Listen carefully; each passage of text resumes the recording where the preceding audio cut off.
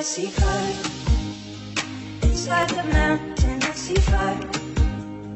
Burning the trees I see fire. Hollow soul I see fire. Burning the breeze. I hope that you remember me.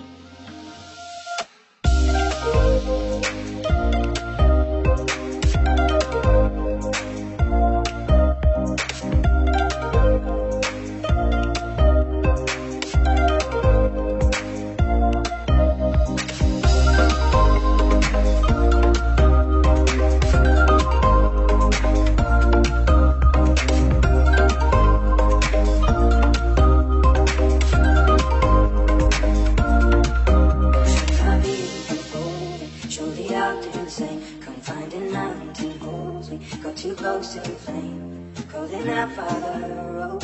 Hold fast and we will watch the flames burn on and on. The mountainside, desolation comes upon the sky.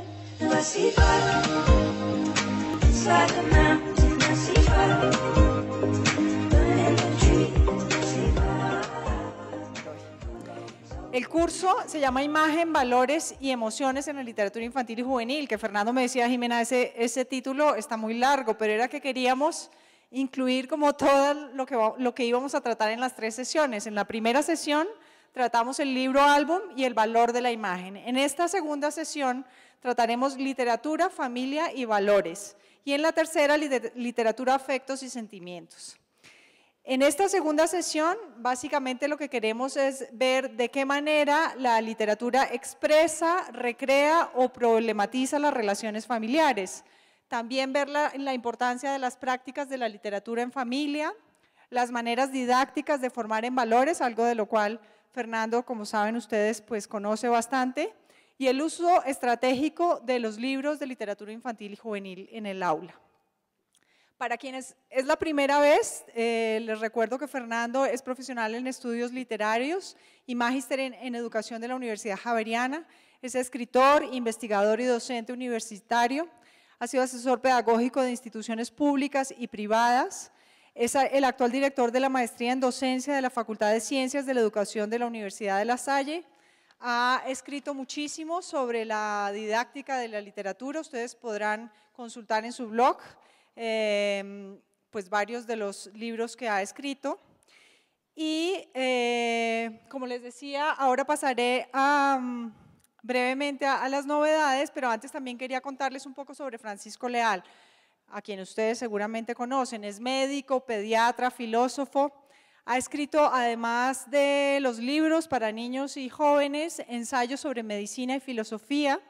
Con nosotros, con Alfaguara, tiene una serie que ustedes conocen bastante bien, que es Aventura en Tierra Adentro, en el Amazonas, en el Caribe, y este año sacamos Aventura en la Montaña. Y tiene además un par de libros con el mismo personaje, que es Matilde, que es una niña, es un personaje muy bonito, El Camino de Matilde y Matilde y el Ladrón de Recuerdos. De este último libro les va a hablar Fernando y va a conversar con él sobre este libro, que además tiene mucho que ver con el tema de hoy, porque es una historia en la que el amor y la familia resultan vitales a la hora de enfrentar situaciones tan difíciles como el Alzheimer en un familiar, en este caso en la abuela. Antes de que se me olvide, porque si no Hilda me regaña, los voy a invitar a participar activamente en este curso, expresando sus ideas y opiniones a través de Twitter y nuestras redes sociales, utilizando el hashtag #literatura en el aula.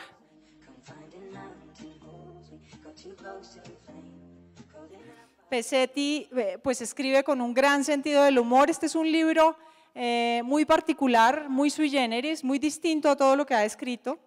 Fíjense por ejemplo en esa frase que pongo ahí, y contra el miedo que desata el miedo que el miedo me da, lo mejor es no estar solo, entonces y siempre.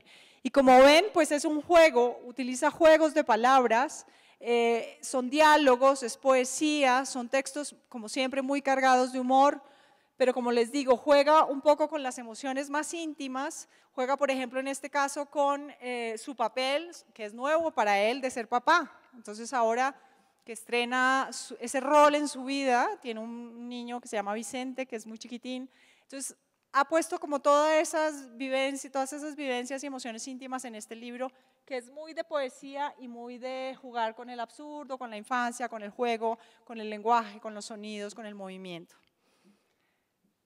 Los dos Jiménez es un libro de Griselda Gambaro en donde ocurre en un pueblo muy tranquilo en el que no pasa nada, salvo cuando ocurre este crimen en el que aparece muerto Diego Íñiguez, que es un hacendado, un prestamista, un hombre con muy pocos escrúpulos, al que le debe medio pueblo, le debe plata.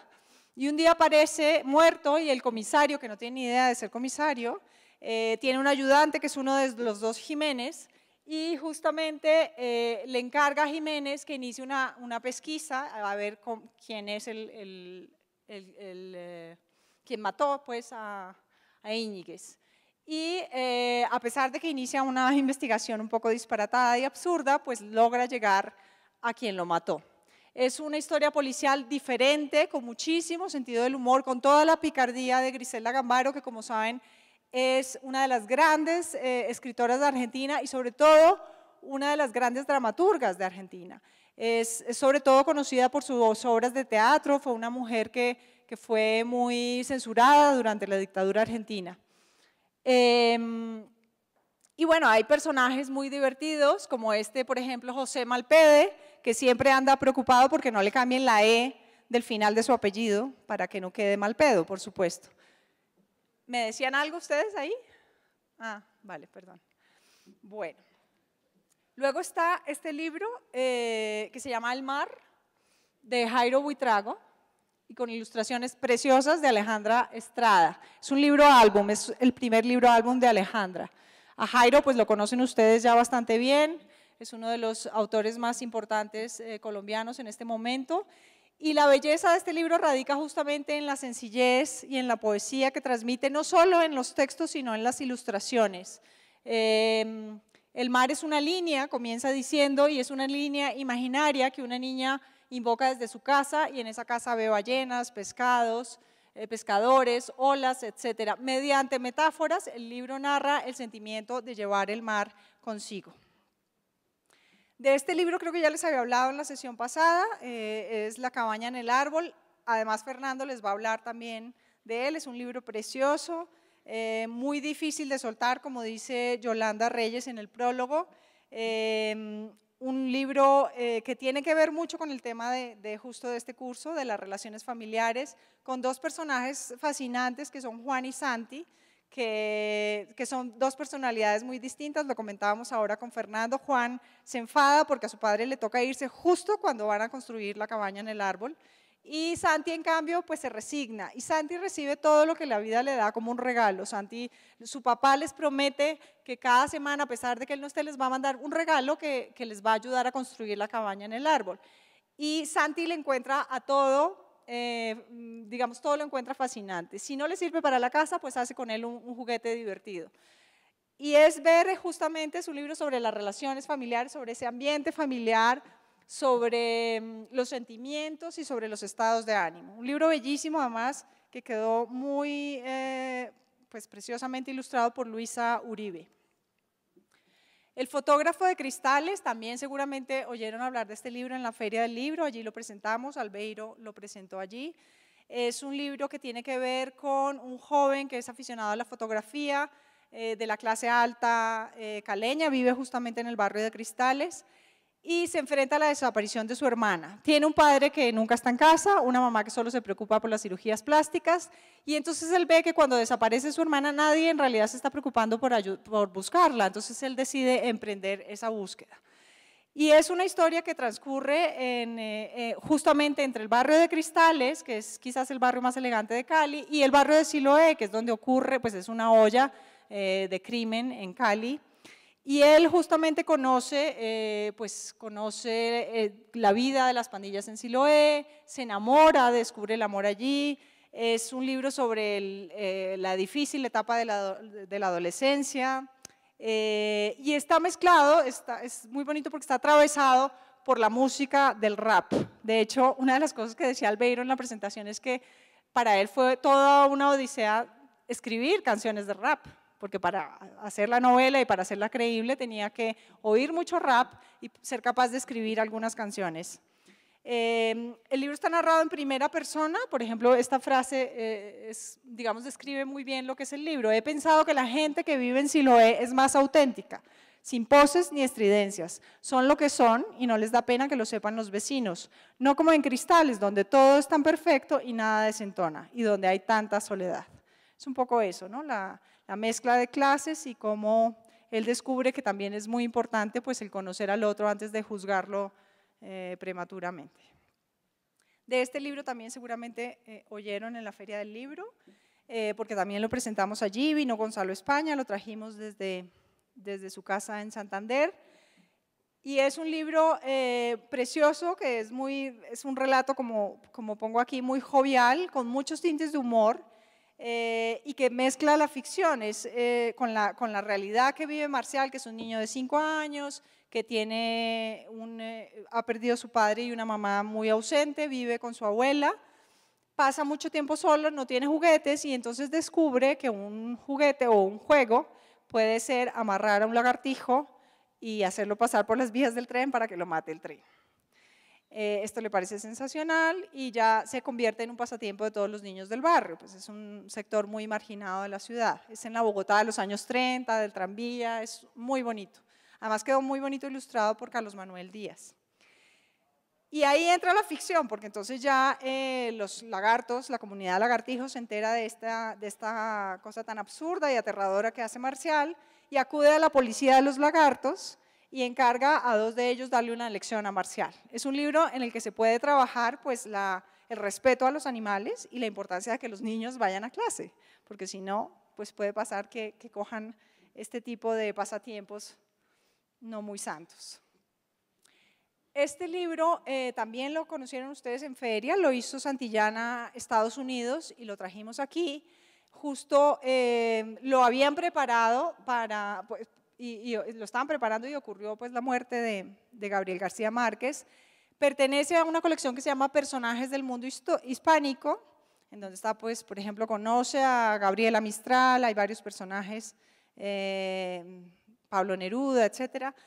Y básicamente lo que ella hace ella se llama Mónica Brown, es profesora, como ustedes, de inglés en la Northern Arizona University, da talleres de escritura y lo que hace es, con base en las historias que cuenta Gabo en sus libros, pues recrea un poco de dónde salió este genio de la literatura, ¿no? Cómo fue que él un día empezó a escribir a partir de las historias que le contaban los abuelos, etcétera, o que le contaba la gente de Aracataca.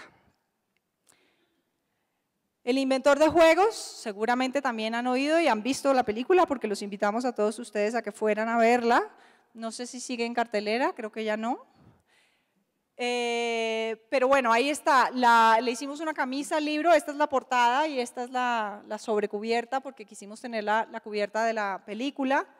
Es la película de Disney de este año. Está con actores norteamericanos, es una coproducción con Argentina.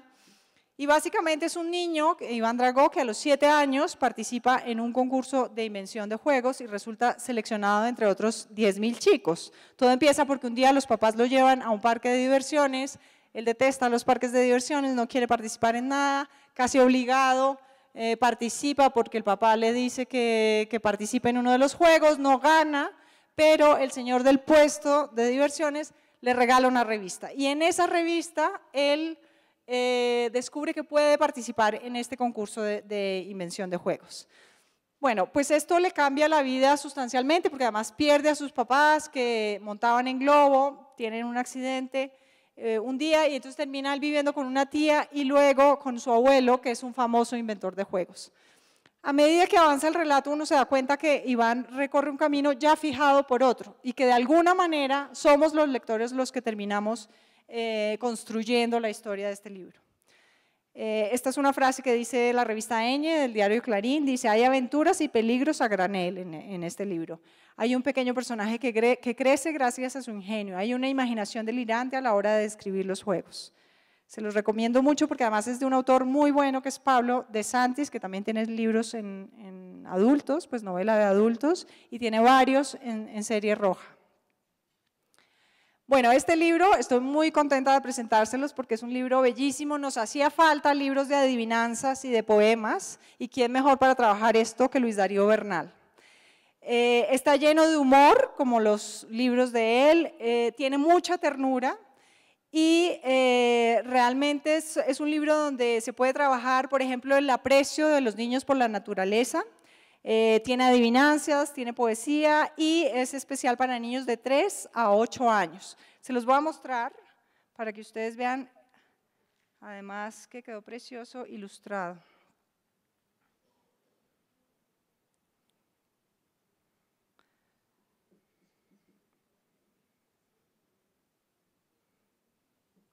A Pancho el cochino anoche en la cena se le fue la mano comiendo marrano.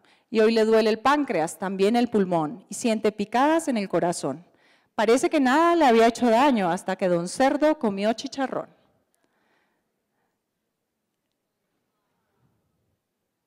¿Querían seguirlo leyendo? Perdón.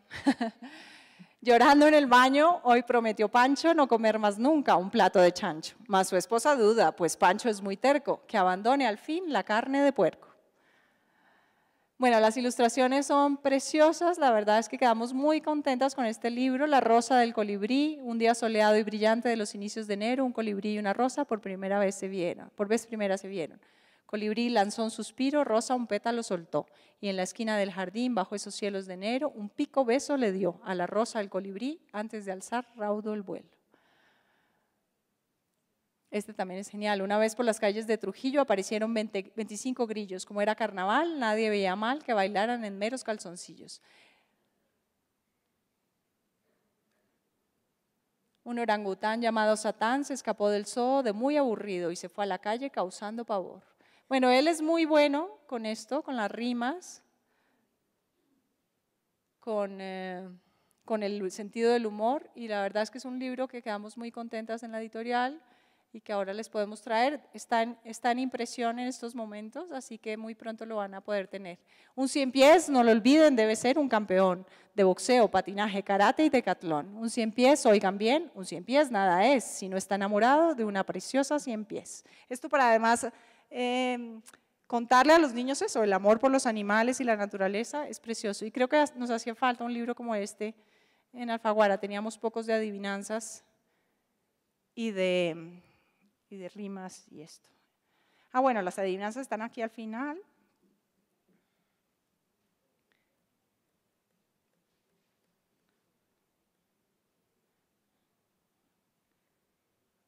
A ver, ¿qué es esto?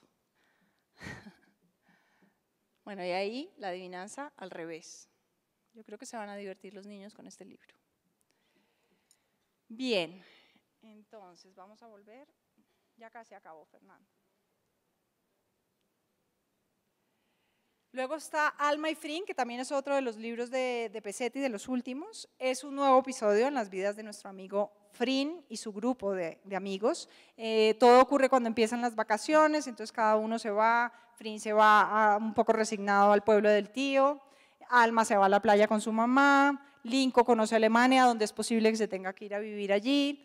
Y es un poco todos los cambios que trae el verano, cambios en el cuerpo, cambios en los sentimientos, el descubrimiento del amor, los amigos, una nueva forma de sentirse en el mundo. Entonces son estas aventuras que les ocurren a estos personajes que ya conocemos bastante por Frin y lejos de Frin. Esta es una novela que les recomiendo mucho para quienes no la conozcan porque ha tenido una vida ya, estuvo publicada en Norma hace un tiempo. Esta es una nueva edición totalmente. Contratamos unas ilustraciones a Agustín Comoto, que es un ilustrador argentino que vive en Barcelona. Y es una novela preciosa porque también tiene mucho que ver, y se lo decía Fernando esta tarde, tiene mucho que ver con los afectos y los sentimientos. Por ejemplo, es perfecta bien para este curso o bien para la siguiente sesión, en la que tratamos es justamente eso, afectos y sentimientos. El protagonista es Leopoldo, que ahí está.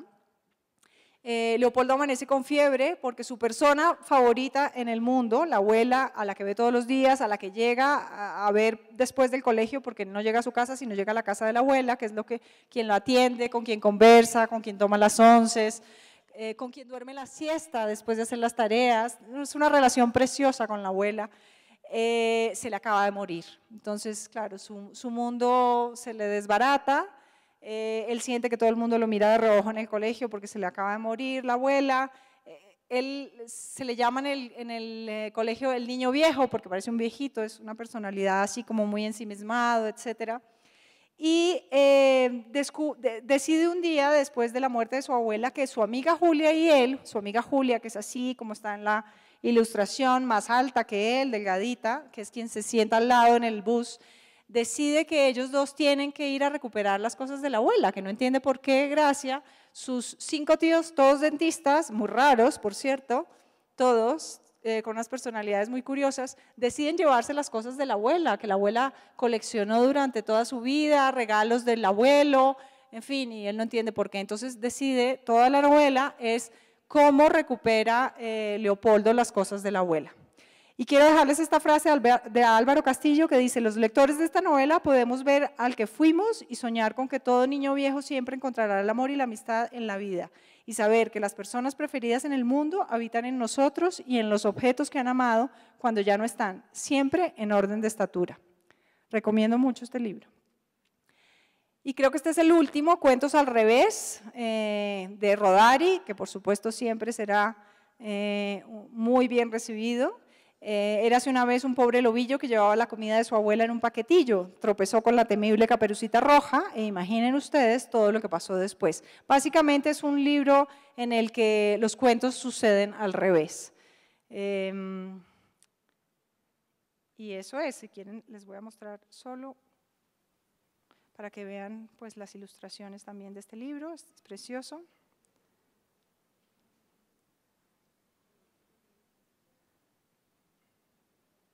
Y es eso para los más pequeñitos, para franja verde. Y ya hasta ahora sí los dejo con Fernando. Muchas gracias.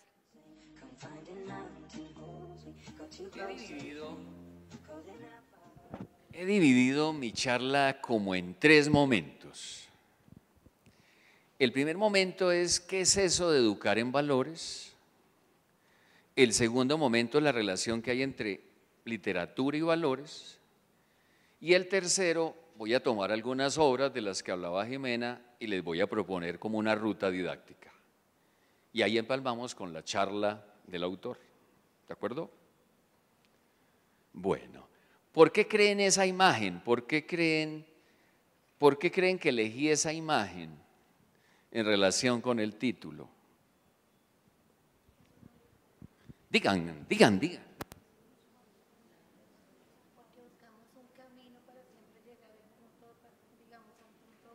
Un camino. ¿Qué más? Dicen aquí que un camino. ¿Qué más? Búsqueda permanente. ¿Qué más? Orientación. ¿Qué más? ¿No más?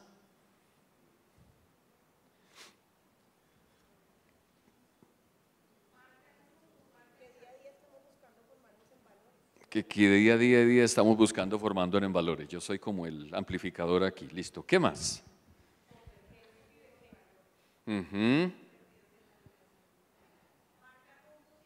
Marcar rumbos.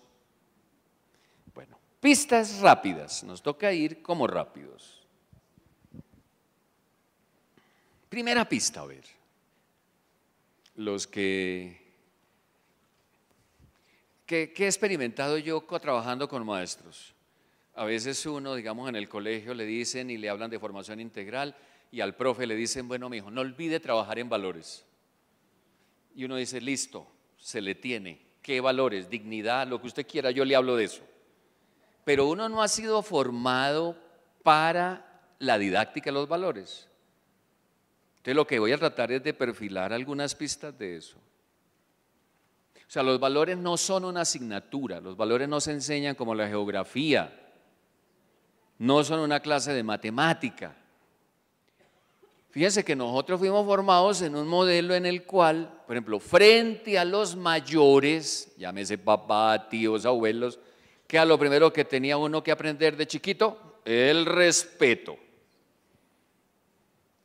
Los que tengan ahora pelados o hijos, pues ese es su karma permanente, ¿o no? Pues así como los chinos botados para respetarlos a ustedes. Seguramente si cambiáramos, por ejemplo, en el mundo oriental, hay unas prácticas de respeto, hay unas prácticas, unos ritos de respeto que no tenemos en nuestra cultura. Pista 1 entonces, los valores se inscriben en una cultura, en un contexto. Pero lo más chévere, están legados a una tradición. Los valores se reciben y se legan. Son herencia y legado a la vez. Si ustedes recuerdan, permítanme contarles algo de mi padre, de mi viejo, que murió hace ya 14 años, campesino él, de allá de las montañas de Cundinamarca del Tolima. Pues él me legó la responsabilidad. Lo vi durante 70 años. Él era responsable. O sea, no, ¿cómo les explico? No fue cháchara. Era una evidencia de eso. O mi viejita, mi mamá, que está fregada con su osteoporosis, pero ella ahí renqueando como sea, se levanta todos los días, ¿sí o no? Dicho de mejor manera, no se echa en la cama. Eso tiene que ver mucho con las marcas del campo. Ustedes saben que cuando uno es de origen citadino, a la primera gripa se enferma, no va al trabajo y se acuesta. Llama a la amiguis de la vaina laboral, amiguis, cúbrame que estoy mala, enferma. Pero uno criado en el campo, usted con la gripa, hermana, ¿y qué? Eso no le haga caso, dicen allá. ¿Qué más son los valores? Pautas de comportamiento que una comunidad considera valiosas. Y porque las considera valiosas, las lega, las entrega a otros. ¿Listo? También son pistas de acción. Actúe así, compórtese así. Los que aquí tengan ahora muchachos de 10º, 9º, 11, quizá menos grados, acuérdense que como ya no hay casi crianza, a uno de docente le toca acabar de criar. Salude, mijo. A ver, papito, diga, buenos días, a ver. A ver, mi amor, repeat, gracias. Diga, a ver, gracias. O sea, no hay crianza. Eso tiene explicaciones. Papá y mamá trabajan. Entonces uno de maestro le tocó acabar de criar. Y a veces uno pues no tiene alto rating, suena a mamón, a harto, a dinosaurio, pero parte de la función de uno de maestro, legada por la sociedad de la escuela, es eso. Y yo no sé si a usted les ha pasado, a veces le toca enseñar otras cosas, ¿no? Que más que valores quizás sean virtudes, yo qué sé. Por ejemplo, puntualidad, todas esas cosas. Bueno, ¿qué más decimos? Que son pistas de acción, ¿no? Y que una comunidad o un grupo considera que son valiosas, y son valiosas porque garantizan la interacción, la convivencia. Pista 3, esta es muy importante, los valores son acuerdos sociales. Y en eso tiene sentido el manual de convivencia y todas esas carretas que nos inventamos en clase, son acuerdos que hacemos.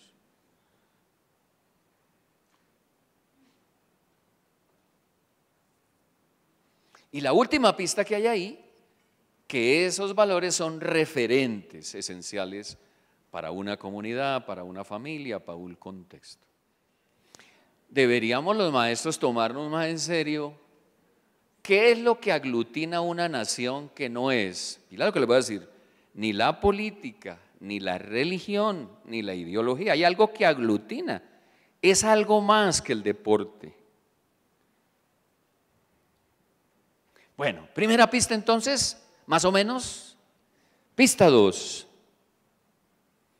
¿Dónde empiezan a troquelarse los valores? Pues obvio, ¿en dónde? Yo llamo eso en el taller formativo de la familia. Para mi gusto, la familia es un taller de valores, ahí depende de ti. Los que sean aquí papás jóvenes, mamás posmodernas, las invito a no claudicar. porque los valores son de largo aliento, se ven al final. Son una segunda naturaleza que provee la crianza.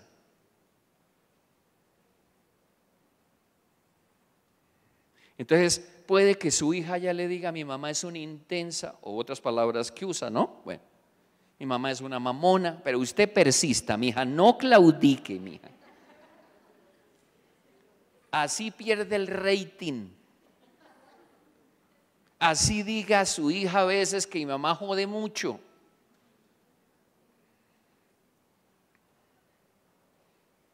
Porque los valores en ese sentido son como un CDT moral.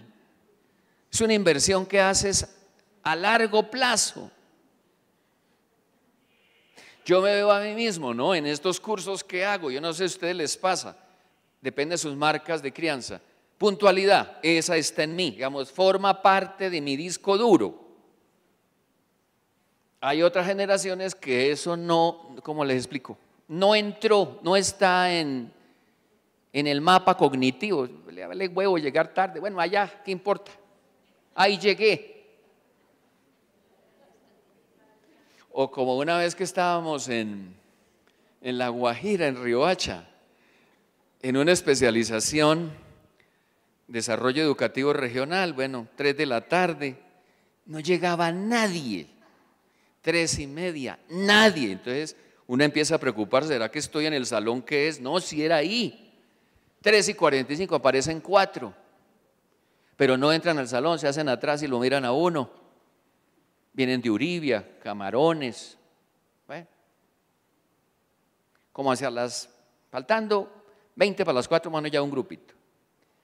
Y entonces a alguno le pregunté que qué pasó, y entonces él contesta, ajá, agradezca que vine, o sea, yo debo agradecértelo.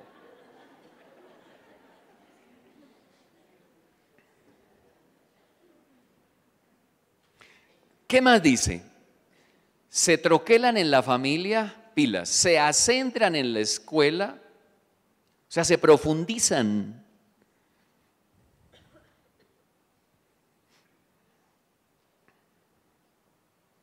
Deberíamos pensar largo eso, porque a veces la escuela, digamos, no sé, ustedes tendrían que conocer su contexto. Hay situaciones muy tesas, porque digamos, de la familia viene muy poco. Entonces, ¿qué vas a sembrar si no hay nada sembrado? Tienes que empezar a sembrar un palito allí, una ramita allí, y ese terreno todo endeble y arenisco, ahí no crece casi nada, y usted tiene que persistir. ¿Cómo no vamos a lograr algo en 11 años? Se acentran en la escuela y se refuerzan día a día en lo comunitario. Los que aquí ustedes manejen como una caspa y vayan a los Estados Unidos, ¿ustedes no notan algo? El contexto de una vez lo vuelve a usted responsable a manejar. O sea, usted cambia de contexto y como que usted de una vez, ay, mira la viejita, detengámonos. ¿Y cómo es aquí en Bogotá? Vea a esa vieja, túpale, métale. ¿Sí? O sea que de alguna manera una de las complicaciones que tenemos los maestros es que ya no hay sintonía entre lo que hacemos en la escuela, lo que pasa en la familia y lo que se vive en la sociedad. Esa es una de las, comillas, crisis de los valores. ¿Qué podrá pensar un pelado de hoy de lo que es la justicia? Cuando los referentes políticos lo que quieren es pasársela por la galleta. O sea, ¿qué pensarán las nuevas generaciones? O sea, el costo político de esta clase política lo veremos en 20 o 30 años, cuando las nuevas generaciones digan, ¿y por qué a mí? ¿Cuál ley?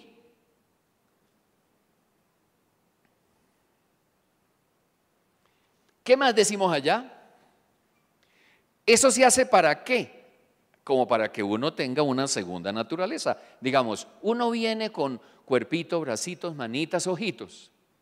Y la crianza y la escuela lo dota de otra naturaleza llamada valores, comportamientos. ¿Se acuerdan de los papás? Así no se hace, no chasquee, baje los codos. Cierra la jeta, mija, mire a ver.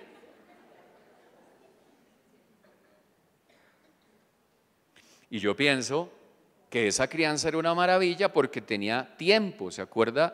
Comíamos juntos, almorzábamos juntos. Cuando ya el hogar se volvió un hostal, un lugar de paso, pues ya que hijo de madre el papá va a decir no chasquee, si es que ni lo ve.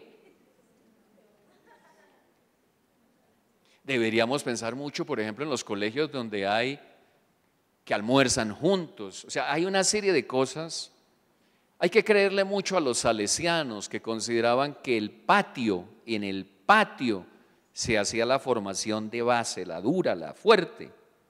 ¿Se acuerdan? Los salesianos iban ahí para el patio, ahí como chismoseando, como quien no quiere la cosa, por ahí aplastados ahí. O sea, yo pienso que el patio, el recreo, todas esas cosas, no es el momento en que uno de maestro va y se asila en la sala de profesores. Ustedes se ríen, pero es un poco así. No, porque la vida de los estudiantes allá, la de carne y hueso, pasa en otros escenarios. ¿Qué más decimos? Para que haya valores se requieren hábitos.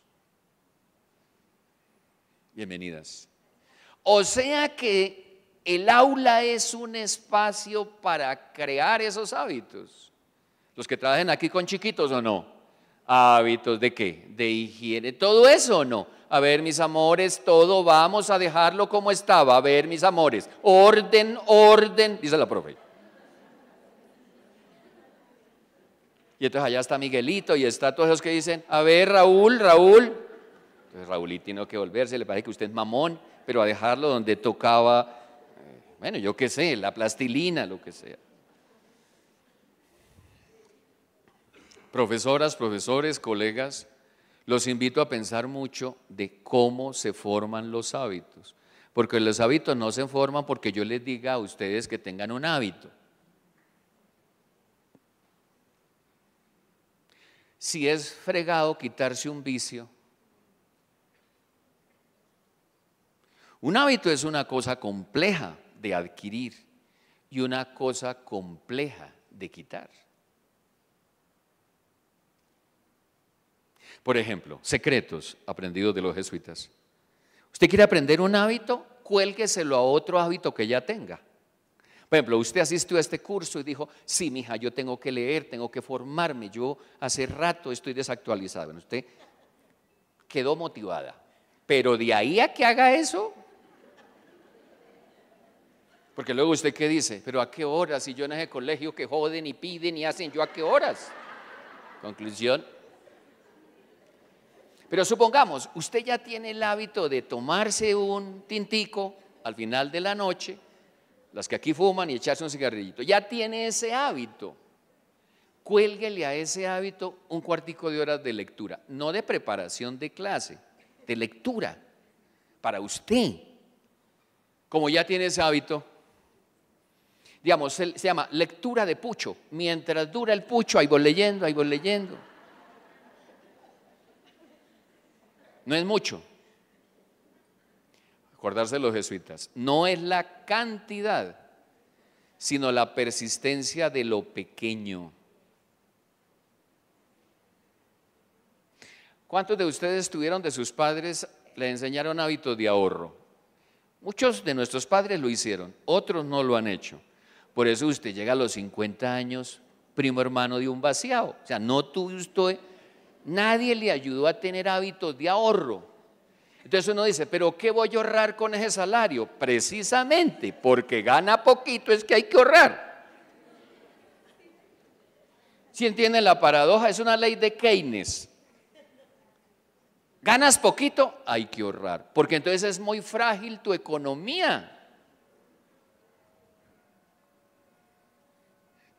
Fíjense que ahora el ministerio está pensando que hay que crear esas nuevas competencias, que va a crear unas asignaturas, porque la gente cree que eso del dinero, mire, el dinero es muy extraño. Usted lucha un mes para conseguirlo y extrañamente en una semana usted está pelado. ¿Es raro el dinero o no? Y usted dice, me encanta como cuando las mamás van a mercar y dicen, mijo, yo traje esos 400 y ni los vi.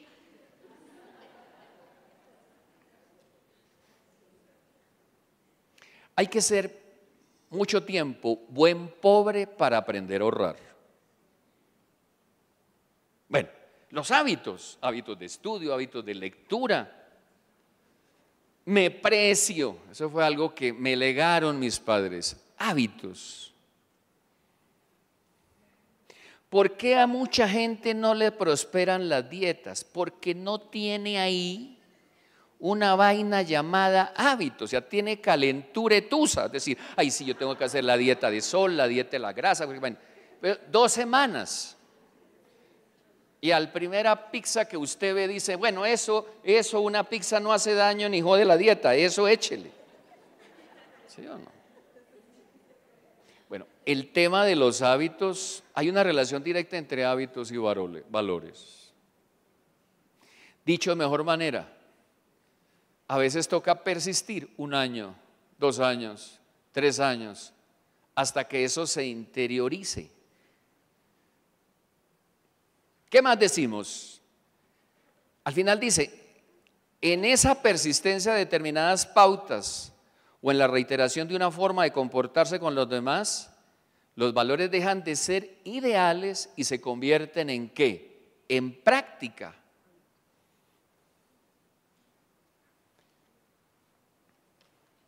Pista 3.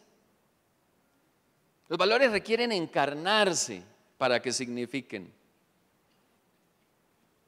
No es lo mismo hablarle a los estudiantes de solidaridad que meterlos en un evento solidario. Ustedes recuerdan cuando hubo el terremoto, creo que fue de Manizales y toda carreta, ¿cierto? Que la mayoría de gente, ¿qué hacía? Ay, pobre gente, cómo sufre, mire esa persona sin casa. Ay, no. O sea, esa es tu solidaridad. ¿Y por qué japoneses vinieron desde allá a ayudar? Porque como ellos son hijos del tsunami, cuando murió mi padre, en la velación, lo importante que es tener ahí los amigos, tus alumnos, sí que es importante ahí, juepucha. Pero también hubo gente que después en la universidad, en esa época estaba en la Javeriana, se acercaba, ay Fernando, supe lo de tu padre, ¿no? Cosa complicada. No pude ir, pero tú sabes que ahí estoy contigo. ¡Paja! No fue. Cuando había que estar en la hijo de madre funeraria, no fue. Después de la muerte de mi padre, me volví pilas con eso. Solidaridad es cuando toca.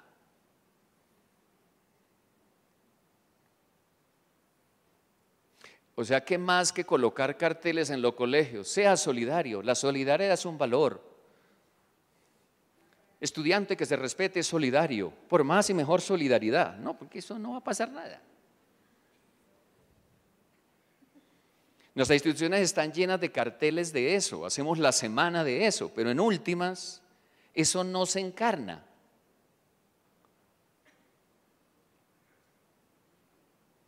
Ese encarnamiento o esa encarnación tiene dos formas en los valores: el ejemplo y el testimonio. O sea, ¿cuál es el mejor ejemplo de que usted es responsable, profe? Pues que los estudiantes ven, usted prepara clase, entrega las notas, ¿sí o no? Eso no necesita usted echar carreta.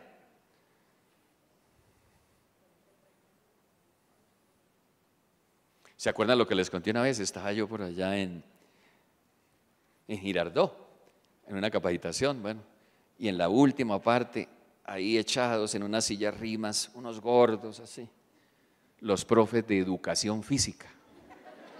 ¿Sí? Una rica la berraca, así, esa cervecera de esas así, profes de educación física. Entonces queda muy jodido que esos estudiantes, que usted gane la autoritas con esos estudiantes. Usted podrá tener el poder, pero no la autoridad. Acuérdense, el poder lo otorga el cargo, muchas cosas, pero la autoridad es algo que el otro te reconoce a ti, el otro. La autoridad no la puedes imponer.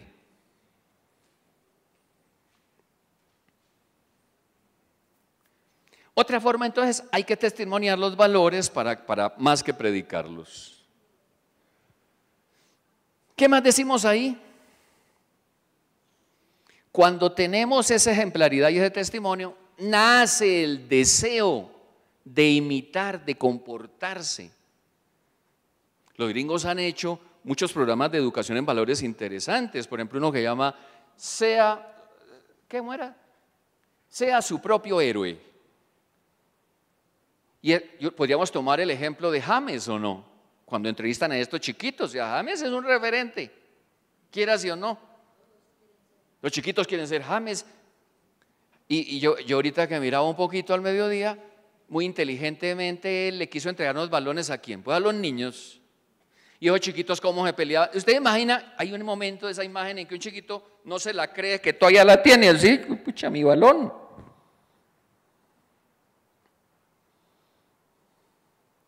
Acuérdense que los primeros comportamientos, los de fondo, por eso son clave la crianza en los primeros 5 años, son por modelaje, por imitación, por mímesis, para bien o para mal. O sea que cuando ustedes llegan a su casa cansadas, se les comprende, se les entiende, botan esos zapatos allá, prenden la televisión, la dejan un momento como radio, porque ustedes no están viendo nada, sino como radio un rato ahí, bueno, Usted tiene una hija adolescente y luego le dice, mamita, usted no lee, mijita, yo la veo mal, mamita no lee nada. Y la hija suya se sonríe y dice, ay mamá, hagámonos pasito, ¿sí? Porque así mamá lectora que yo tenga. Por ejemplo, en la maestría que dirijo, me encantan esas profesoras, mamás que dicen, me le he metido después de unos años a estudiar mi posgrado porque quiero darle un ejemplo a mi hija. Uy, berraquísima la idea, ¿o no? O cuando ustedes mismas hacen su posgrado, lo han hecho, y trabajan con los chiquitos y ustedes les cuentan que les dejaron tareas y los chiquitos las miran, ay, profe, ¿a usted le dejan tareas también?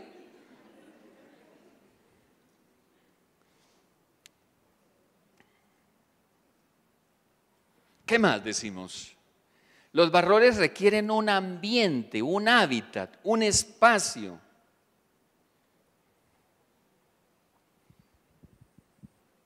Sin ese ambiente es difícil que se den o crezcan o encarnen. Deberíamos pensar mucho en las instituciones educativas, cuáles son esos ambientes que propiciamos para que los valores emerjan, crezcan, maduren, se consoliden. ¿Qué más necesitan los valores? Tiempo para madurar. Yo veo en mis estudiantes del posgrado, ¿no? Eso al comienzo hay una cosa a veces dura, hay conflictos, pero cuando uno ya los ve en el último semestre, Fernando, le agradezco realmente, pero no hay que claudicar porque si no,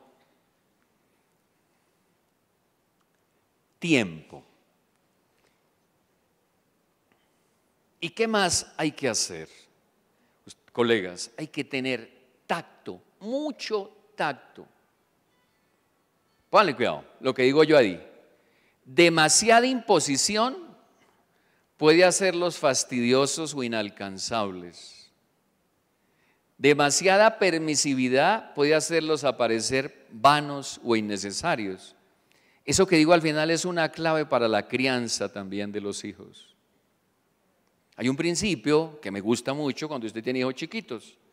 No todo puede ser normativizado, no todo puede ser normativizado. Algunas cosas, pero en esas no puede ser blandengue.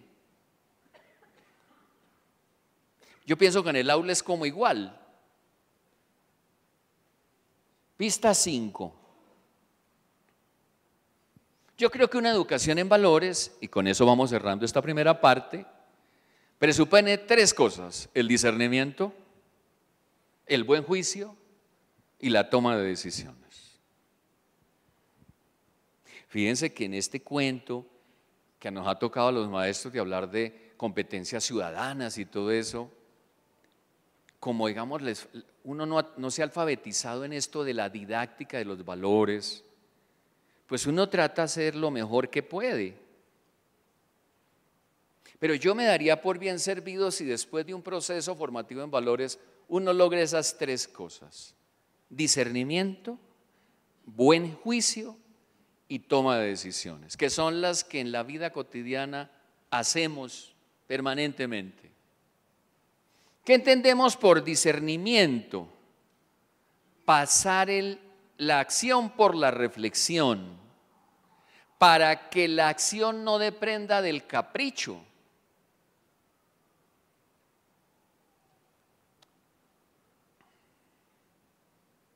No sé si ustedes, los que tengan hijas adolescentes, les ha pasado eso, o hijos adolescentes, que quiero ir a una rumba y usted le dice, mijo, hoy no. Y viene el chicharrón ahí. Entonces usted le dice, no, mija, y él dice, no, mamá, usted sabe que soy una persona madura, responsable. No, mija, hemos decidido que no. Entonces se pone a chillar, va al cuarto, vueltas, ay, madre, puerta. Eso se llama madurez.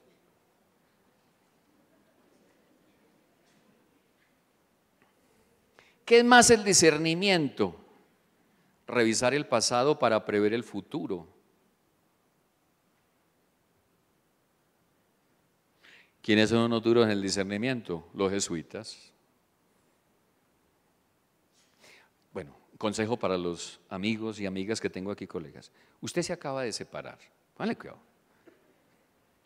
y usted quiere reincidir, pero usted no ha hecho discernimiento, porque una está sola, pero una no ha hecho discernimiento. Entonces mire lo paradójico, en esa segunda pareja vuelve a pasar exactamente lo mismo. O sea, no es que usted se los consiga idénticos.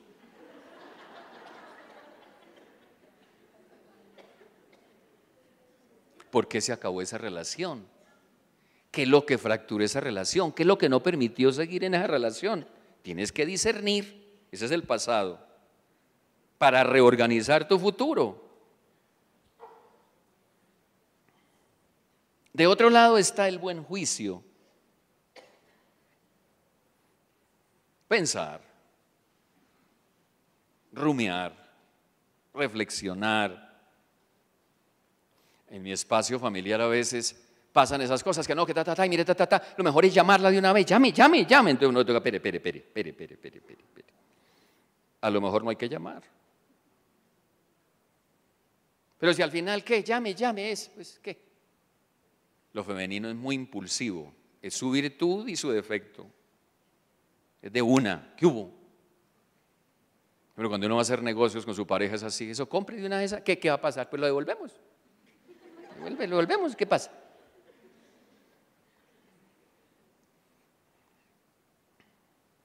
¿Qué más es el buen juicio? ¿Cómo la experiencia nos ayuda a gobernar la vida? La experiencia. Y lo último es la toma de decisiones. Es cómo someto mi voluntad, cómo regulo mi voluntad para ejercer mi libertad. Hay una relación entre voluntad y libertad y a veces toca poner en la balanza, esto sí, esto no, de pronto esto me sirve, esto no me sirve. Ayer entrevisté a alguien que estaba buscando un profesor ahí para la maestría, bueno. Fue chévere la entrevista y al final le hago esa pregunta. Tiene una hija. ¿Has dimensionado un poco lo que te acabo de ofrecer? Sí, Fernando, estamos. Y hoy me mandó un correo, es decir, analizó las cosas. Gracias, Fernando, me interesa, pero no de tiempo completo. Quizá de cátedra, porque he pensado que mi hija está, bueno, pues lo hizo correcto, es el perfecto. Cerremos. Ahora sí entienden por qué la imagen. Yo siento que los valores son como una brújula moral que nos permite regular comportamientos, conductas. Cuando faltan los valores, se desvertebran los vínculos familiares, afectivos. Piensen ustedes, si se fractura el respeto en una pareja, ¿qué queda? Pues la fiscalía, la comisaría de familia.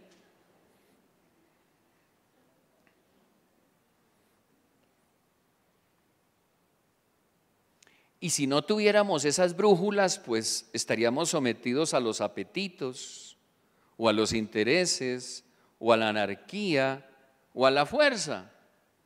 Eso que ahora Caracol le dio por volver parte de sus noticieros, y allí mataron a este, allí atracaron a eso. Usted conecte el noticiero del mediodía y usted ve que el país es solo chuzo, matanza.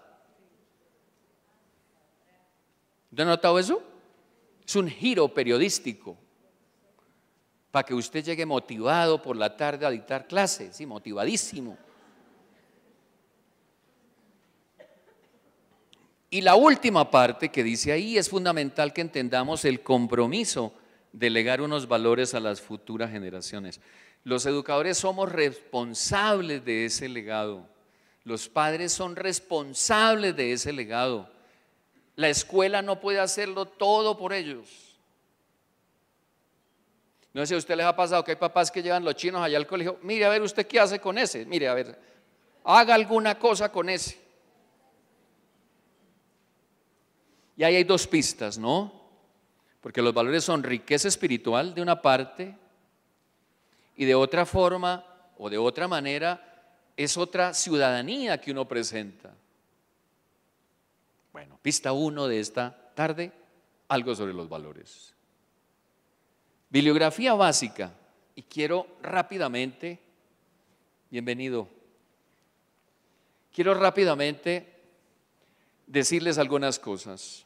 El primer texto de Juan Escames se llama El aprendizaje de valores y actitudes. Ese texto, publicado por Octaedro, es excelente. O sea, con que se consigan ese primero y lo lean, ese es un excelente repertorio. Ahí hay técnicas, estrategias, formas, maneras. Es un textazo. El primero, Juan Escames, Rafaela García y otros. El segundo, de María Ángeles Hernando, está enfocado para trabajar valores con pelados, con adolescentes. Tiene también una serie de estrategias, de maneras, de formas, talleres. El tercero, de Llorens Carreras, Cómo educar en valores, tiene un componente más con los chiquitos. El tercero, de Laureano Benítez, es como un repertorio de recursos.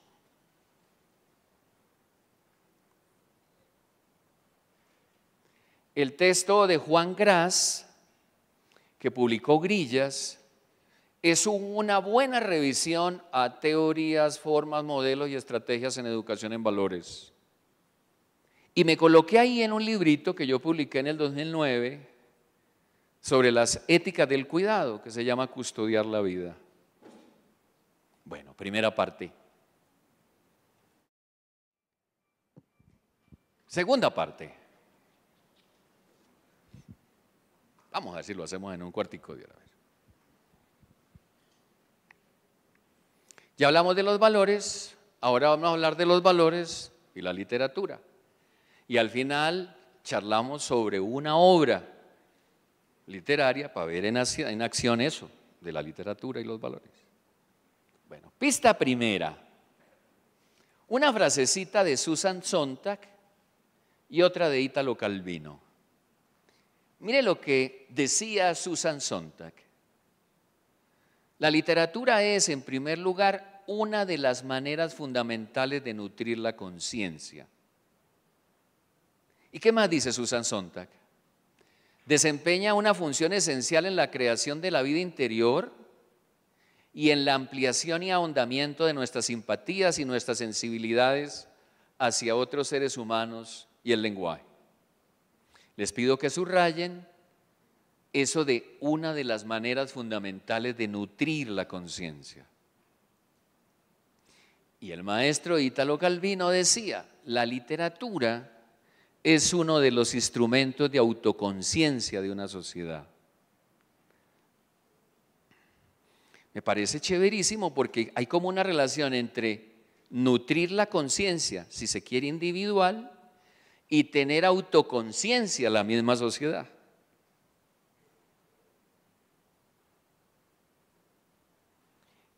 Con esos epígrafes vamos entonces a decir algunas cosas. Punto de partida, a ver. Usted que es una lectora estrella. Dice así. Es indudable que la literatura expresa valores y al mismo tiempo es un medio para experimentar, así sea imaginariamente, situaciones en las que otros viven o se enfrentan a situaciones valorativas. Esa gripa la está matando, pero bueno, mijito. Que la literatura expresa valores, por supuesto, pero también sabemos que a través de la literatura podemos experimentar, así sea imaginariamente, valores, situaciones valorativas que los personajes, para este caso, viven. ¿Y qué más digo? Pero la literatura no es como un manual de moral. La literatura es un arte de la sugerencia. En la literatura está lo ambiguo, lo lúdico, lo posible.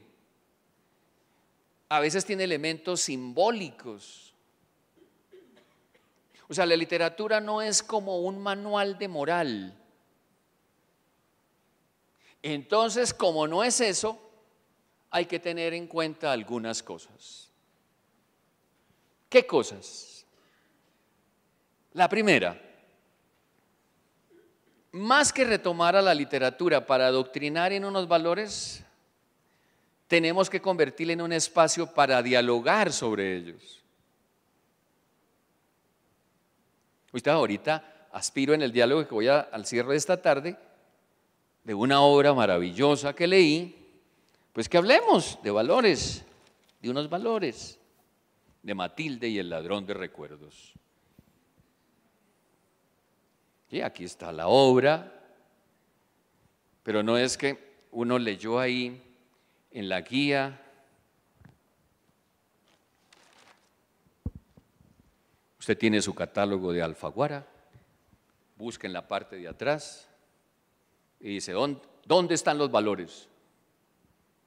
Entonces dice, esta me sirve para el respeto. Listo, muchachos, léanse esa obra que ahí está lo del respeto. No, no es así. Léanse esa novelita para que aprendan a respetar. Tampoco es así.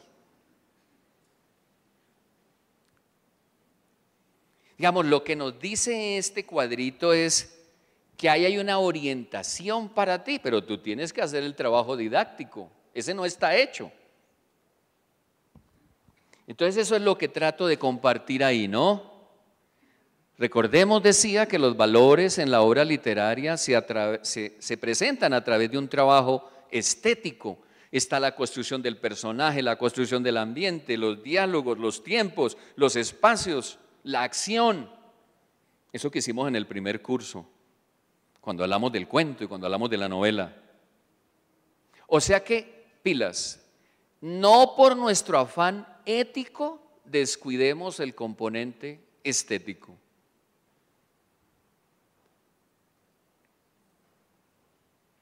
Eso es lo que dice al final. Al lado de las implicaciones o lecturas éticas de una obra, debemos salvaguardar y explorar la dimensión estética de la literatura. Dicho de otra forma, no podemos instrumentalizar la literatura para que sea una ilustración de valores. Podrá darnos motivos para hablar de ellos. Ahorita miramos. 2. Otra consideración. Una buena manera de aprovechar los temas axiológicos de la literatura es una técnica, se llama clarificación de valores. Los invito, los que les guste este tema, se meten en la bibliografía que les di y hay un capítulo dedicado a clarificación de valores. O sea, en una época se adoctrinaba en valores. Hoy toca hacer un ejercicio más de clarifiquemos, hablemos, razonemos, argumentemos. sea, no es un problema de adoctrinar, sino de hablar, discutir, dialogar. Mire lo que dice ahí. De lo que se trata es de llevar a nuestros estudiantes a que distingan y logren argumentar situaciones valorativas expresadas en las obras. Casi que una transferencia, ¿no? ¿Por qué la abuela hace eso? ¿Por qué dijo eso? ¿Qué la llevó a decir eso? Y tampoco se trata de, a veces los colegas hacen eso, hagan un cuadrito y aquí están los valores y aquí están los antivalores, me lo presentan en la próxima clase ese cuadrito comparativo. Porque es matar la obra. Y miren lo que dice ahí. No es cuestión de señalar los buenos o malos comportamientos de un personaje, sino de apreciar la complejidad de las acciones humanas y cómo son determinantes las pasiones, los intereses, los contextos, las circunstancias. La buena literatura lo que hace es presentarnos eso. Solo en las telenovelas el malo siempre es malo. Y Gloria Constanza Amarado eran 250 capítulos a John Esteban. Eso solo pasa en las telenovelas. En la vida real amamos y a veces odiamos y a veces tenemos rencores. Es tanto nuestro amor que a veces se vuelve rencor. Y eso es lo que hace la buena literatura. Secreto, estudiar allá en las didácticas de los valores una técnica, una estrategia llamada clarificación de valores.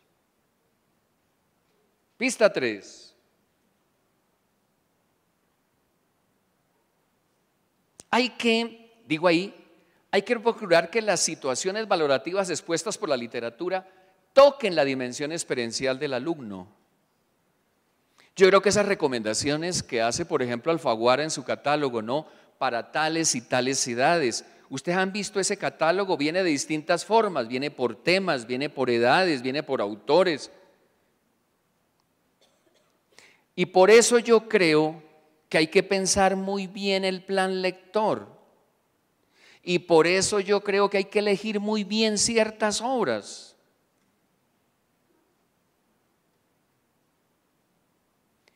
¿Qué digo ahí?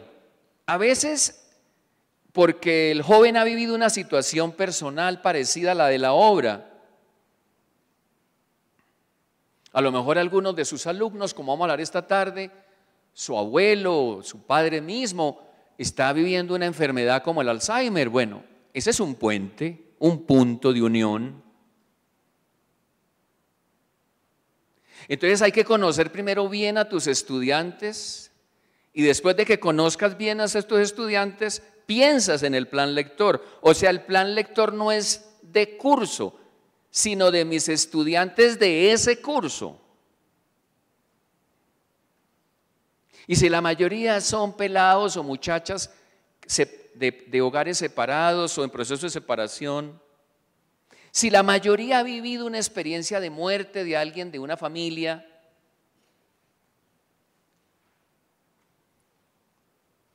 entonces decía, bien porque ha habido una situación parecida, bien porque en la familia hay ejemplos, bien porque a través de los medios de comunicación se ha enterado. Lo importante es que haya un vínculo entre la obra y el estudiante y el lector. Secreto, hay que conocer muy bien al grupo. Y ahí se puede echar mano de otra estrategia que se usa en la didáctica de los valores, que son los juegos de rol. Los invito a mirar, ya hemos dicho 2 estrategias. Pista 4. Debido al efecto emocional de la literatura, la selección de las obras es una tarea importante y de un experimentado tacto formativo. Yo creo que ese es un trabajo que los docentes debemos tomarnos con mucha seriedad. ¿Qué obras? ¿Para qué grupo? Me parece que puede ser una invitación para ustedes, colegas. ¿Qué obras para qué grupo? Y a veces toca, en mi grupo, toca así, en mi grupo vamos a leer y tienes que hacer como un microplan lector de tu grupo, porque ahí eso es diverso también. Decíamos ahí, ¿cuáles son las obras más convenientes para determinada edad? ¿Cuáles son las más indicadas para un contexto? Lo peor, advierto, que pueden hacer los maestros es propagar el simplismo de las obras de consumo rápido, donde los problemas humanos se esquematizan, donde los buenos son siempre buenos y los malos malos. Lo complejo del ser humano es que somos un abanico de grises.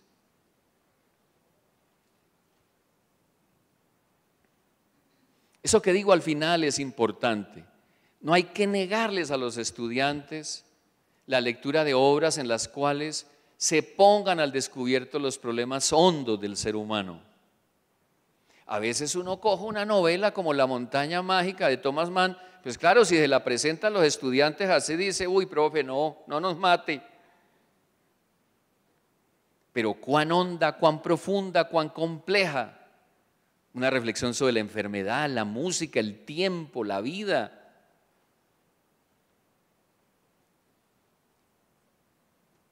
Y consideración 5 y última de ese pedacito.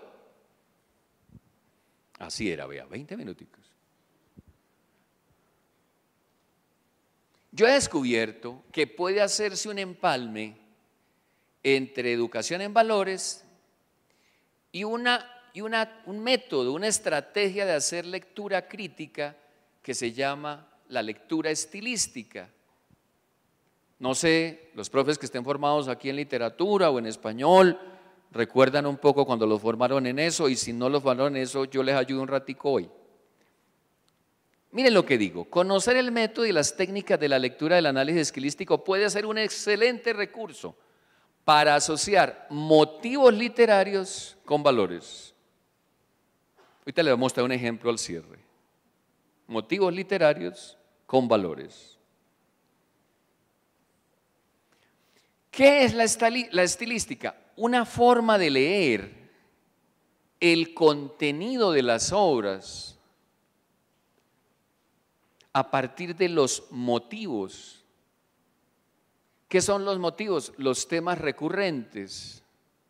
Cuando ahorita hablemos con Francisco, pues es algo recurrente alrededor de la obra, el tema del recuerdo, el tema del olvido, el tema de la esperanza. Es algo que se repite. Lo que se repite en retórica, en análisis literario, se llama motivo. Luego, no todo lo que aparece en una obra literaria son motivos. Hay cosas que aparecen de pronto, una vez, entran y desaparecen, pero hay otras cosas que permanecen. Podríamos hacer una relación entre motivos y valores.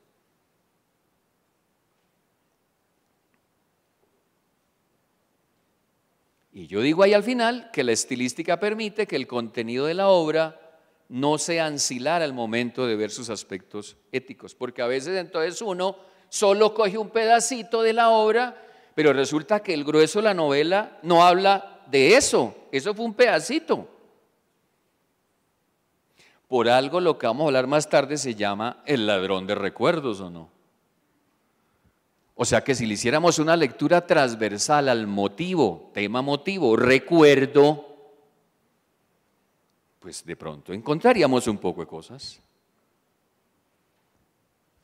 5 pistas, profesoras, y una bibliografía esencial, vea.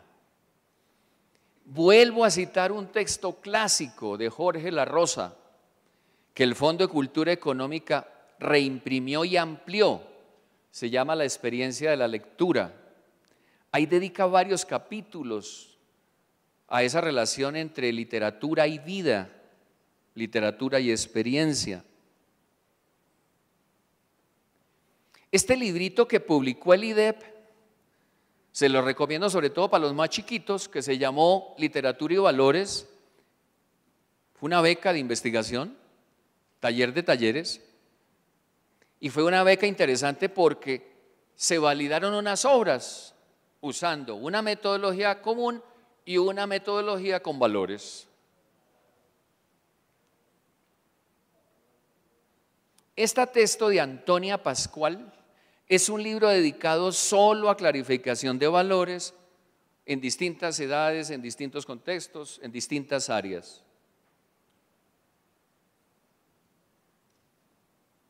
Y Alfonso Cárdenas, un docente colombiano nuestro, de la pedagógica, hizo ese librito, se llama Elementos para una pedagogía de la literatura, y hay un capítulo, creo que el 3, que está asociado a cómo la literatura y los valores se aunan, y él lo hace a través del símbolo y la función analógica. Uy, 20 minuticos corriendo. ¿Listo?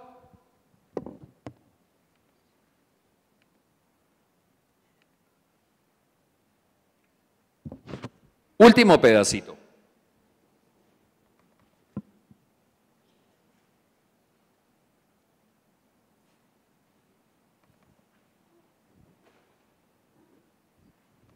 Entonces, aquí empalmamos con lo que va a ser nuestra charla. Yo tengo estos 3 recomendados. Pues habría más. ¿Ustedes se acuerdan que estuvimos la vez pasada con el libro álbum? Y eso ahí hubo un reguero de recomendados. Pero hoy me he centrado más en 3 libros. Tal vez porque el tema de los valores, no sé si lo he podido comunicar esta tarde, requiere ciertos aprestamientos previos, requiere cierto conocimiento preliminar. Miren el primero, del que hablaba Jimena. Yo encontré en la cabaña, en el árbol, de Gillian Cross, mire, estos temas y motivos. Las tradiciones, especialmente la Navidad. Ustedes saben que las tradiciones pueden verse como un valor, ¿no? El valor de las tradiciones. Los proyectos comunes, los que se hacen en familia o los que se hacen entre hermanos. La familia en sí. El problema de la autoridad. El tema de la promesa. El papá que promete que en tal fecha yo iré. Los papás que dicen, sobre todo cuando son papás separados, el domingo yo voy, mijo, y vamos y salimos. La promesa. El papá que se mantiene vinculado con sus hijos a pesar de la distancia ocasionada por el trabajo, ese es el eje. El diálogo mediado por cartas, o sea que la presencia puede hacerse a través de una mediación. La relación entre hermanos, más que rivalidad, solidaridad. Yo encontré algunos de esos temas y motivos que me podrían dar en clase con la clarificación de valores, un ejercicio chévere para hacer una clase. O puedo tomar una cosa que yo llamo frase semilla. Frase semilla porque depende del maestro cómo las hace crecer o acrecentar en el aula con sus alumnos. Mire algunas que descubrí en la obra. Frases como volver con los hijos. Siempre ha estado papá. Como él, mi papá, había hecho con su padre, el cuento de la tradición. La patada en el suelo de uno de los hijos. Le parecía egoísta si decía que no. Los mejores enemigos son los que hacen mucho ruido cuando les tiras patatas. Papá lo prometió. Papá tenía que marcharse a trabajar fuera. Pista 2.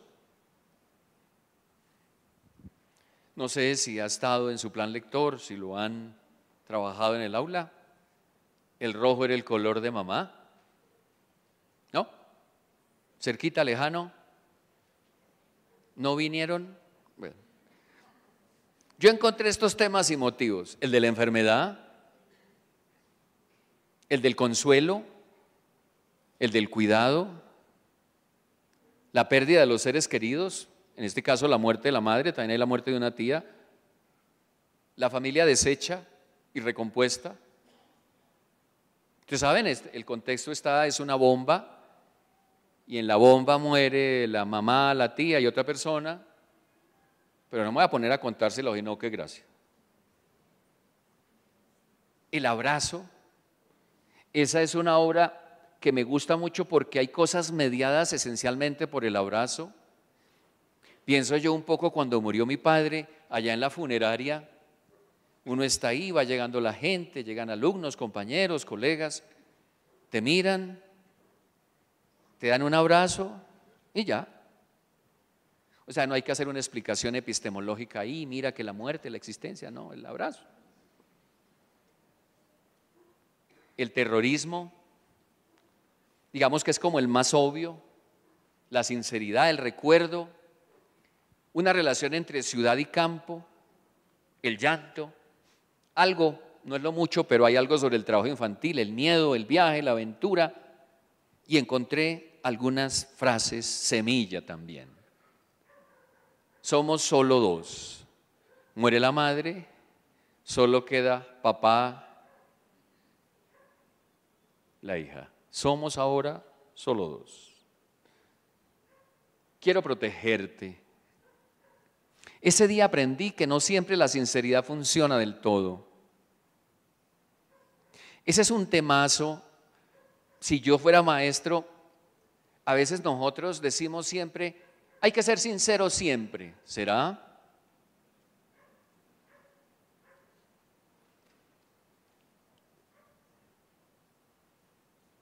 ¿Será?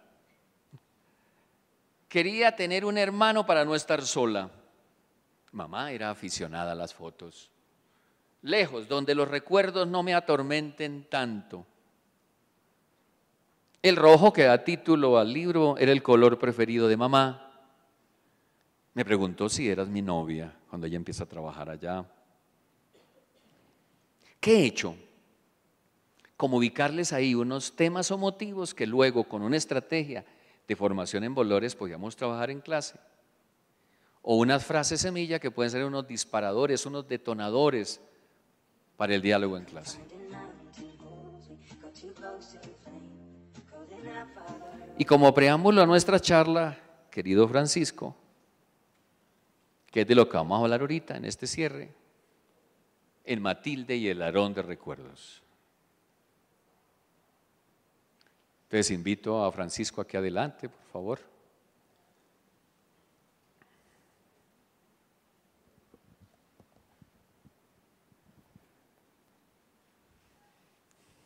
¿Qué pasó? Llegó tarde, vea. Hola, Francisco. Bienvenido, me alegra que hayas podido sacar el tiempito. Ven.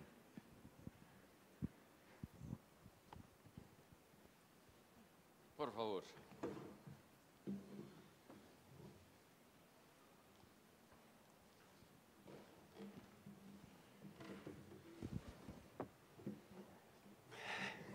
¿Usted me ayuda ahora que yo le diga ahí sí? ¿O todavía no?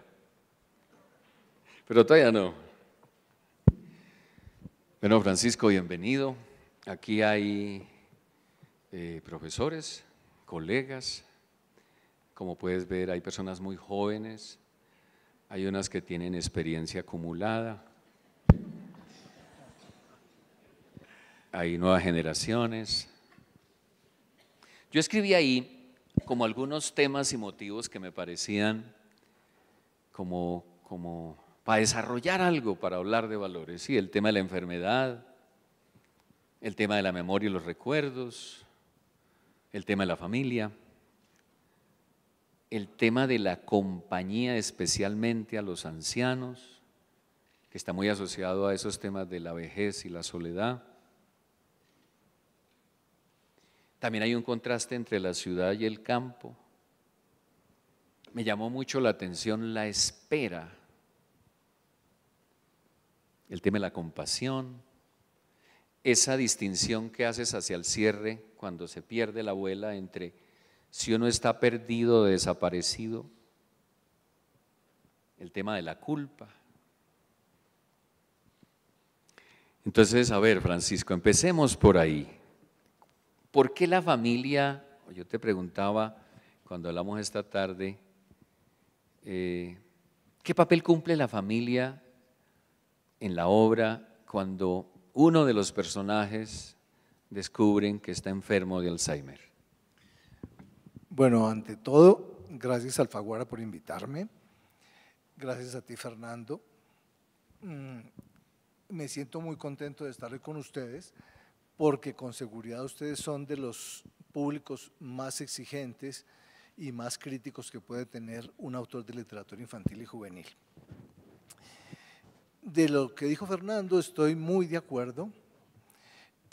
Ante todo, yo no escribo para enseñar valores. Yo escribo porque me gusta contar buenas historias. La literatura infantil fue hace bastantes décadas pedagogizante y moralizante. Ya no lo es. Afortunadamente, y la parte literaria, la parte lúdica, la parte estilística han tomado un lugar preponderante. Entonces, como yo no escribo para educar, sin embargo, soy consciente de que yo como persona tengo un mundo que quiero poner en palabras. Y en ese mundo mío y en ese mundo de los personajes hay valores. Y si esos valores van, digámoslo así, a irradiarse de lo que yo cuento, me parece perfecto. Como no escribo para enseñar, yo me encuentro las historias y si considero que son interesantes y atrapantes, las tomo. No me inventé la historia de nada, porque uno como cazador de historias va buscando lo interesante en una circunstancia humana. Me tocaron algunas vivencias, por ejemplo, la abuela de mis hijos sufre de Alzheimer, era una mujer esplendorosa y de pronto, después de los 60 años, comienza a perder sus recuerdos. Es decir, mis hijos crecieron viendo un personaje entrañablemente amado que iba perdiendo su memoria. Posteriormente, una amiga que tengo me contó una historia de una enferma de Alzheimer que me impresionó enormemente. Era una señora de edad que debía ir a cobrar su pensión cada principio de mes y de pronto la empezó a afectar el Alzheimer de tal manera que prácticamente ella ya no sabía ni cómo se llamaba ni quién era. Y su hija la acompañaba todos los meses hacia el banco donde le debían entregar su mesada. Pues sucedió que en una de esas bajadas de un bus, de pronto alguien empujó a la hija de la señora que la llevaba, se le rompió el tacón de un zapato y ella cayó al piso. La horda de gente pasó encima de la señora y cuando ella ya se logró recuperar y buscó su tacón y quiso ponerlo en el sitio, de pronto abrió los ojos y su madre había desaparecido. Es decir, fue una historia real. Y empieza toda esa búsqueda que alguien hace para encontrar a un ser que se ha perdido, desde llamar a los hospitales, a las estaciones de policía, a los manicomios, ir a la morgue, etc. Y esa señora que ya ni hablaba, cuando al fin la encuentran después de una semana de búsqueda, le dice a ella: ¿por qué has tardado tanto? Entonces ese fue, como llamémoslo así, una anécdota semilla de la cual salió el relato. Ahora, si tú me preguntas por qué la familia, a ver, después de pediatría yo estudié literatura, hice una maestría en literatura y me impresiona mucho que en la época contemporánea los vínculos se han vuelto líquidos. ¿Sí? Zygmunt Bauman, que posiblemente algunos de ustedes han leído, tiene algunos libros como El amor líquido o La cultura líquida. En este momento de la cultura, los vínculos se han vuelto líquidos, ¿sí? Empezamos una relación, la terminamos y no nos gusta. Si el matrimonio empieza a fallar un poco, lo liquidamos, etc.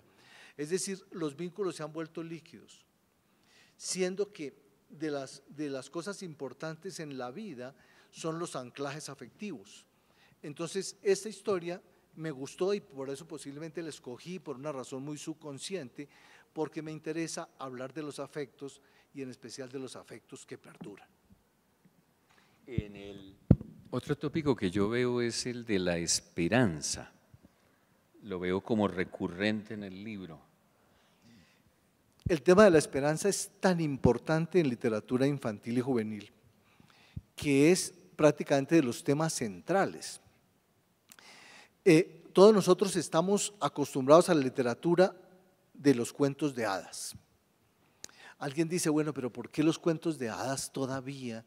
Si en esos cuentos de hadas los adultos son terribles, los adultos son los ogros, las brujas, los que matan y encadenan, etc. ¿Por qué todavía seguimos leyendo los cuentos de hadas si la mujer en ellos es un ser pasivo? La mujer está esperando que llegue el príncipe azul, ¿sí? La mujer realmente no toma las decisiones, casi ningún protagonista es una mujer, pero así todo lo seguimos usando y los queremos. Alguien al quien ustedes han debido leer muchas veces, tiene Bruno Bettelheim, tiene un librito que se llama Psicoanálisis de los cuentos de hadas. Y él dice, bueno, ¿y por qué esos cuentos todavía siguen siendo tan útiles? Dice, en especial porque esas historias nos traen, llamémoslo así, un mensaje de que uno siempre debe esperar contra toda esperanza. Es decir, en los cuentos de hadas, la princesa puede estar en un calabozo, puede estar al borde de la muerte, pero siempre hay una esperanza de que algo va a pasar, que esa situación se va a modificar. Entonces, Bruno Bettelheim dice, eso es muy importante para los niños, porque siempre en la vida va a haber situaciones difíciles. Aún en la más maravillosa y espléndida vida humana hay situaciones de desesperanza. Hay enfermedad, hay muerte, hay vejez, hay fracasos, ¿sí? Y siempre uno desde la infancia debe haber aprendido que siempre vale la pena esperar contra toda desesperanza. El tema de la soledad y la vejez, la soledad y la vejez. Sí, como pediatra, yo sigo haciendo mi consulta todas las tardes, veo, pues, se pueden ustedes imaginar familias de todos los estilos que llevan sus niños a la consulta y a uno le da la impresión de que los padres modernos le tienen un poco de miedo a la soledad de los niños, ¿sí? Es decir, un niño de clase de estrato 5 o 6, como yo veo, no solamente tienen que ir al colegio, sino que les tienen un montón de actividades, desde ballet hasta patinaje, natación. Es decir, a veces uno siente que los padres quieren llenar de actividad las horas de los niños. Por lo menos cuando yo fui niño y tenía grandes épocas de soledad, pues yo aprendí que había otras cosas interesantes, que había una interioridad, que había libros, que había otras cosas que uno podía, llamémoslo así, explorar por su cuenta. Escribía desde que era niño. Entonces me interesa que los niños de ahora, no sé, le pierdan un poquito de miedo a la soledad. La soledad no es mala si uno está a gusto consigo mismo. Y entonces tampoco se trata de aturdirnos con actividades, sino de permitir que el niño interior vaya, llamémoslo así, ganando un espacio. El título de Ladrón de Recuerdos, esa relación del Alzheimer con el ladrón de recuerdos. Como tú muy bien decías en tu charla, el mundo literario se nutre de lo simbólico. Entonces, me pareció que era un bonito símbolo pensar que uno tiene como un capital de vida, porque eso es un capital de vida, los recuerdos. Todo eso que me ha pasado me sigue acompañando todos los días. Digamos, yo no abro los ojos el día de hoy y empiezo una historia nueva. Yo abro hoy mis ojos para seguir una biografía. Es decir, mi momento actual se entiende por mi momento pasado y por mi momento futuro. Entonces, esos recuerdos son muy importantes porque le dan continuidad a mi vida.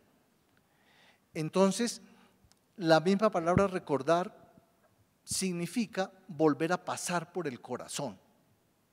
Es decir, mi memoria, los hechos de mi pasado, nuevamente los vuelvo a pasar por esa fragua que es mi corazón y por lo tanto los lleno de un contenido emocional. Los recuerdos son un capital que tenemos todos. Aún más, es un capital que le da un color y un sentido a nuestro momento presente. Y me interesa que nosotros, como seres humanos, valoremos el valor, es decir, el inmenso valor que tiene ese capital que tenemos guardados, que se llama recuerdos. Como para cumplir con nuestro tiempo, agradeciéndote que hayas cancelado esa última cita para estar aquí con nosotros un ratico. Mire lo que yo hice de sacar algunas frases semilla que me parecen deliciosas para trabajar en clases. Afirmaciones como las siguientes que están en el texto. Son cosas de viejos, simplemente hay que tener paciencia. La abuela nos miraba sin vernos. Allá dejó sus perros, sus palomas, sus gatos, vacas, caballos, su casa y sus recuerdos. Esa enfermedad se va a comer todos sus recuerdos. Y esto que repites en más de una vez, debemos rodearla de cariño y esperar. Cerremos este ratico, Francisco, hablando de ese rodear de cariño al enfermo de Alzheimer. Bueno, siempre se ha dicho, yo como médico lo vivo todos los días, que la medicina cura algunas veces, pocas. La medicina logra paliar los males muchísimas veces, pero algo que siempre puede hacer el médico y el que está junto al paciente es acompañar. A ver, la experiencia de la enfermedad a todos nos sobrecoge, y más porque podemos decirlo con muchas palabras, pero en el fondo la enfermedad son las primeras cuotas de la muerte, de la desaparición definitiva. Entonces, digamos, muchas veces ante ese enfermo que no tiene una solución, el enfermo de Alzheimer, que ustedes saben es la enfermedad más común en los mayores de 65 años en el mundo en este momento, es una enfermedad para la cual todavía no hay una cura, es posible que dentro de unas décadas la haya, pero mientras tanto no la habrá. Ese enfermo que siente su deterioro paulatino, él es consciente de que algo está pasando y que él se está hundiendo en ese foso que se llama, llamémoslo así, la oscuridad, el olvido total.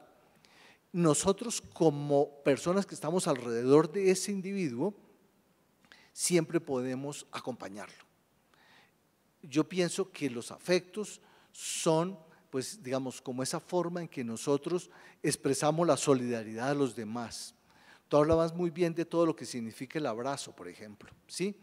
El abrazo no necesita, como decías tú, un discurso de semiótica. El abrazo se siente. Es decir, Cernuda hablaba de ese inmenso lenguaje que es la mano sobre el cuerpo, por ejemplo, que uno podría olvidarlo todo, menos ese sentir la mano sobre el cuerpo, dice él, que es donde parece latir la esencia del vivir. Entonces, yo siempre he querido que en mi literatura haya afecto, porque precisamente lo que uno busca con la literatura es el emocionar, ¿sí? Es decir, si yo escribiera libros de filosofía, yo buscaría convencer, pero yo escribo literatura y yo busco emocionar. Bueno, a Francisco, muchas gracias. Me emocioné leyendo Matilde y el ladrón de recuerdos. Y a ustedes, pues muchas gracias por venir. Cumplida la segunda sesión. Muchas gracias.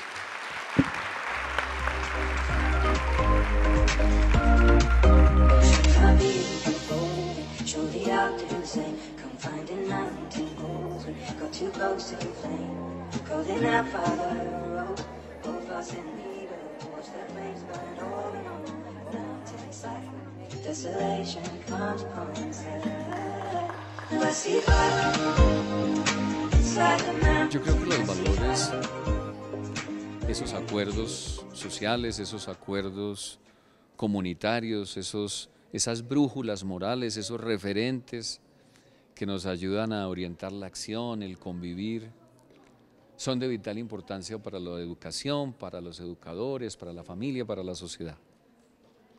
Ese es como un campo importante de la charla. El otro es la relación que hay entre los valores y la literatura. Sabemos que la literatura no es una cartilla moral, sabemos que la literatura no tiene como propósito formar valores, pero la literatura contiene valores, recrea valores, simboliza valores, y los maestros tenemos ahí una tarea importante de ver cómo ligamos, cómo hacemos esa relación entre ese mundo simbólico que expresa la literatura y el mundo axiológico en el cual el maestro se ve inmerso todos los días.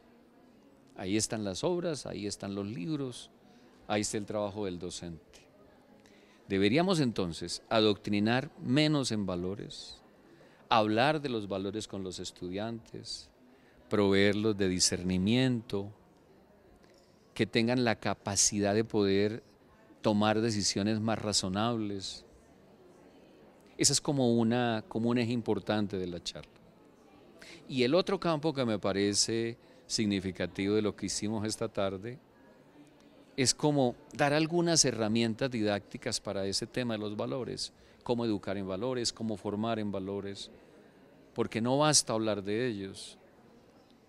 No es fácil formar en los hábitos, no es fácil crear las referencias, el testimonio, los valores, una tarea importantísima para los maestros de nuestro tiempo. La literatura, una aliada, un campo de referencia, un arsenal simbólico para que los valores entren y circulen en el aula. Uno escribe ante todo para contar historias, buenas historias, que ojalá logren atrapar al lector desde el comienzo. En esas historias a veces ocurren cosas, situaciones, a veces expresamos nuestra interioridad, a veces confesamos nuestros valores. Es decir, un relato es un diamante que puede verse desde múltiples facetas y esas facetas pueden, llamémoslo así, iluminar nuestras vidas. Pues la charla me pareció muy interesante, ya que Fernando Vázquez es pues el director de la maestría en la Universidad de La Salle, aparte de que tiene pues un fogueo periodístico también muy bueno en cuanto a la literatura, conoce muchos temas. Las expectativas, lógicamente, seguir teniendo en cuenta todas las charlas que él dé, leer los libros, las sugerencias, pues para mí como docente es muy importante esta parte de los valores, sobre todo ya que estoy educando niños entre 9º y 10º, entonces son edades difíciles en donde los valores ya muy poco se conservan, entonces esa es como la prioridad de estos eventos. Me encanta la educación y hoy fue un momento súper especial de reencuentro conmigo misma, porque la literatura la verdad me fascina y es una de las mejores disculpas, aunque en este momento estoy recién pensionada, pero no dejo la actividad académica y la literatura me parece que es una herramienta para reencontrarse consigo mismo y hacer que otros se encuentren en sus sentimientos, en sus maneras de pensar claras, en la sensibilidad humana con que se dirige uno hacia los demás. La literatura no puede dejarla uno de lado, jamás y bajo ninguna circunstancia, independiente de cuál área del conocimiento toques tú. Siempre es posible llegar a los estudiantes con un discurso lindo, diáfano, transparente, ameno, para hacer que los estudiantes gocen del aprendizaje. Muchas gracias. Esa fue mi apreciación, sobre todo, del profesor, el expositor de hoy, que fue maravilloso. El médico, ni hablar, porque es el médico del alma, según la literatura como recurso que él utiliza para llegar a sus lectores, a sus estudiantes, a sus colegas maestros. Qué bonito, me encantó la actividad de hoy. Bueno, la charla me pareció muy interesante, aportó mucho para mi vida como profesional, como docente, porque veo que me deja inquietudes y herramientas con las que voy a poder trabajar con los niños en el aula, y no solo con los niños, sino trascender a las familias, que es donde veo que como que se está perdiendo la parte de la impronta de los valores, que ya no está dándose en la familia, sino en la escuela. Out to do the same, come finding mountain holes. We got too close to the flame, calling out Father.